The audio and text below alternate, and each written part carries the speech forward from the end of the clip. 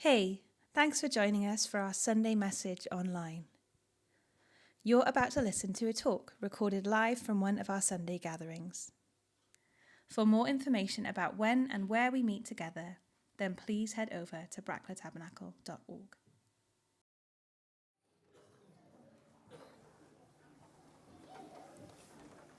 The birth of a child within a family setting is usually greeted with great joy. But outside the family and the friendship circle, the birth of that very same child from society's perspective passes by completely unnoticed, and certainly not a celebratory joy moment for the rest of the world. But not so with this baby Jesus, born 2,000 years ago. When we read the Christmas story, the news of his birth caused a considerable reaction from all levels of society, from the lowly shepherds to the highest wise men of another continent, another nation even. All of them perfect strangers to him and his family. And there were shepherds living out in the fields nearby, keeping watch over their flocks at night. And an angel of the Lord appeared to them, and the glory of the Lord shone around them, and they were terrified. But the angel said to them, "Do not be afraid.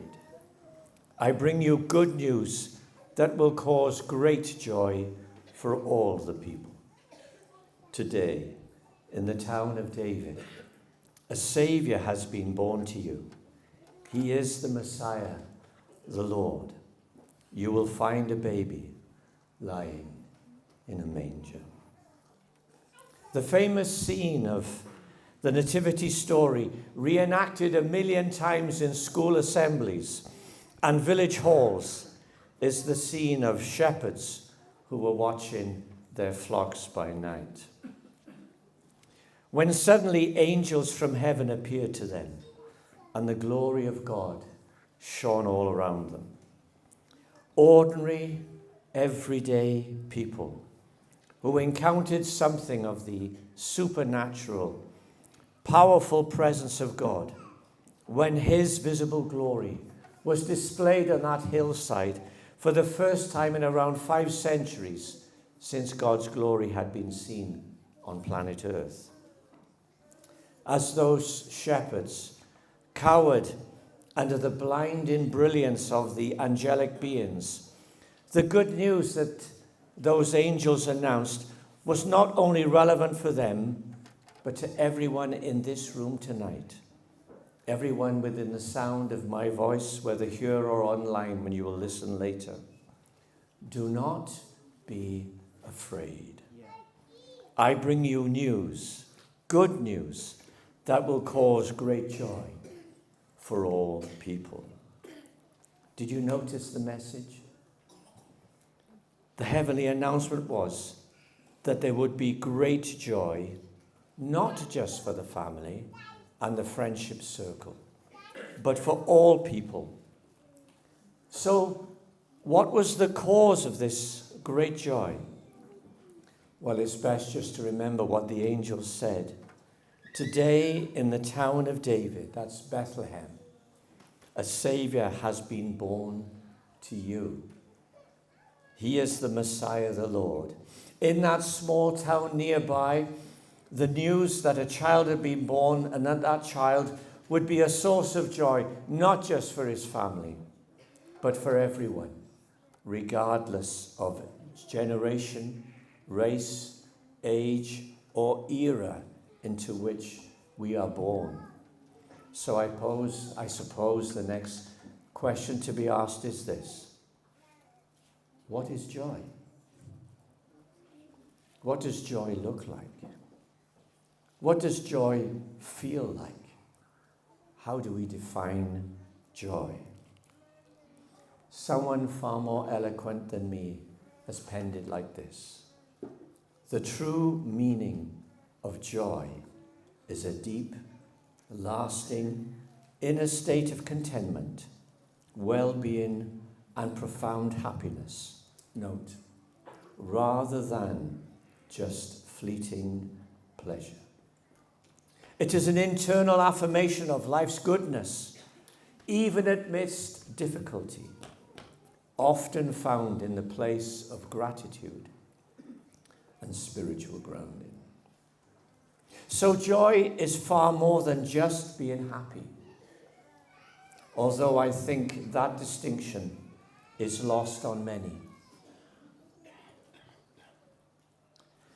If we were just to pause for a moment and ask yourself, as I ask myself, this question, just ask yourself this question. Do I really have this kind of joy? Although I think that distinction is lost. Do I really have this kind of joy? Or do I hop, skip, and jump through life looking for moments of happiness? But coming back to our definition of joy, where do we find gratitude? Where do we find that source of grounding that produces a lasting state of contentment? Someone else has put it like this: joy is a deep, enduring spiritual delight rooted in God's presence and promises. And once again, they pick up this term, distinct from fleeting happiness. It stems from knowing Jesus and his redemptive work. So the angels on that first Christmas night were announcing that the birth of this child would bring great joy. Not just joy, but great joy to all people. So the next question must be then, how is this baby going to do that? How is this baby going to bring great joy to all people? Well, this baby Jesus was no ordinary baby. He was the long-awaited promise that God himself would come. God the Father would send his Son. God the Father would send his Son to bring us his joy.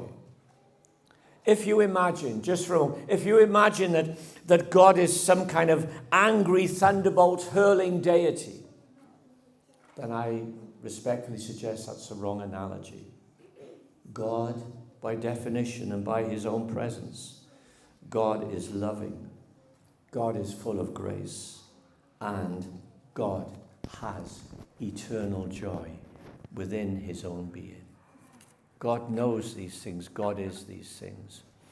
And in his love, God the Father gave us his Son so that his Son would take our sorrows and give us his joy. Our sorrows would be traded for his joy. He dealt with them once for all when he came to give his life for you and I, to bring us his joy and to bring us his peace. Firstly, peace with God, and then peace within ourselves, which so many do not know. And then finally, and what this world needs more than anything, peace with each other. And the main aspect, or the main driving force that Jesus, God the Son, the main thing that kept him whilst he suffered, carrying our sorrows, carrying our griefs, was the joy that he would look forward to when he will share his joy with us forever. Jesus, who, for the joy that was set before him, he endured the cross, scorning its shame, sat down at the right hand of God, at the throne of heaven there. You see, my friends, listeners, you in the cheap seats, and you are so far, those of you so back, I can't actually see because the ceiling drops me. Christmas is a message of joy. That's why this baby was born in Bethlehem. Not to be the focus of Christmas cards, not to be the focus of nativity plays, but to bring his eternal joy to those who, like on the shepherds that night, went and found him and worshipped him. The baby, the Bible goes to great lengths to celebrate the fact that for those of us who will put our trust in Jesus, his joy becomes our joy. And that will not just be for Christmas or for a few years or for our lifetime, but forevermore.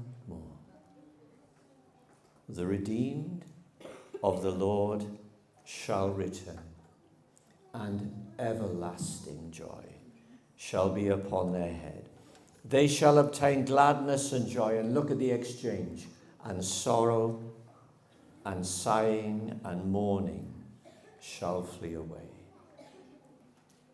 So amidst the Christmas festivities, that will bring fleeting moments of happiness, and sadly for some, moments of sadness. Let's just pause for a moment and reflect on this question. Do I have this lasting joy? Or does that experience still elude me?